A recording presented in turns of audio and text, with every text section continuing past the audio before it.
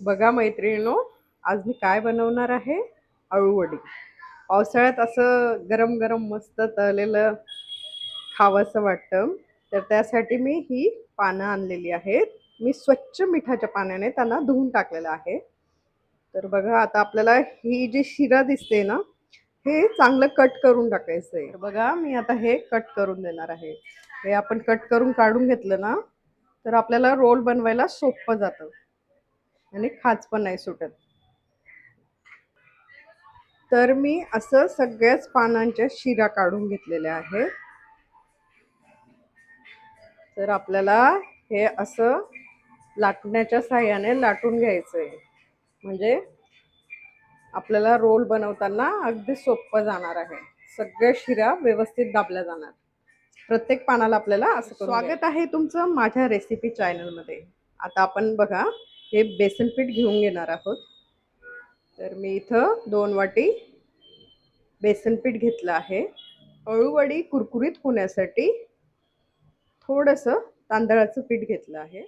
ओवा आणि जिरा घेतला आहे. भरपूर अशी तीळ घेतली आहे. ठेचून अद्रक लसूण घेतला आहे. 1 चमचा लाल तिखट घेतला आहे. हळद घेतली आहे आणि थोडासा गरम मसाला घातला आहे. मीठ घातलं आहे. कोकम घेतला आहे, जेणेकरून खाज नको सुटायला म्हणून. आपण थोडं थोडं पाणी घालून भिजून घेऊया. बघा पीठ जास्त पातळही नको आणि जास्त घट्टही व्हायला नको. पिठाचा कलर असं झाला आहे कारण की आपण त्यात ना कोकम घातलंय म्हणून. आता आपण एका एका पानाला हे पीठ लावून घेऊया. मी सगळ्यात आधी मोठं पान घेते. अशा पद्धतीने आपण पीठ लावून घेऊया. आता मी हे दुसरं पान घेतलं आहे. एक सरळ साईड आणि एक उलटी साईड असं ठेवायचं आहे. त्याला पण आता आपण प्रत्येक पान असंच लावून घेऊ. आपण सगळ्या पानांना बेसन पीठ लावलं आहे. आता त्याला फोल्ड करून घेऊया.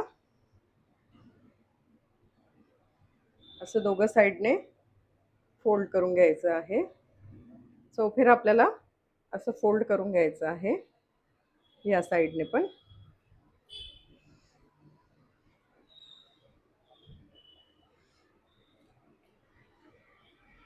आणि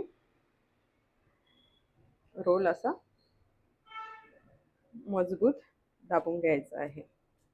तर हा असा आपला एक रोल तयार झाला आहे. आता एका कढईत पाणी ठेवून मी गाळणीला तेल लावून घेतलं आहे आणि आपण जो रोल रेडी केला आहे ना, तो आपण यात ठेवून घेऊया. हे बघा असं मोठाच रोल मी बनवलेला आहे. आता याला आपण शिजून जाऊ देऊया. बघा कलर चेंज झालेला आहे आणि ते शिजलंय का हे बघायला आपण एक सुरीने बरोबर शिजलं आहे. मी एका सुरीला ना तेल लावून घेतलं आहे. आता त्या सुरीच्या साहाय्याने आपण कट करून घेऊया. आधी मी साईडचं कट करून घेत आहे. हे बघा छान असं आपले शेप तयार होत आहेत. मस्त थोडंसं थंड होऊ द्यायचं. तर बघा आपली अळूवडी किती छान झाली आहे. परफेक्ट शिजली आहे आणि शेप पण किती छान आलेले आहेत बघा. आता एका कढईत मी तेल गरम करण्यासाठी ठेवलेलं आहे. तेल आता तापलेलं आहे. त्यात आपण एक एक अळूवडी सोडूया.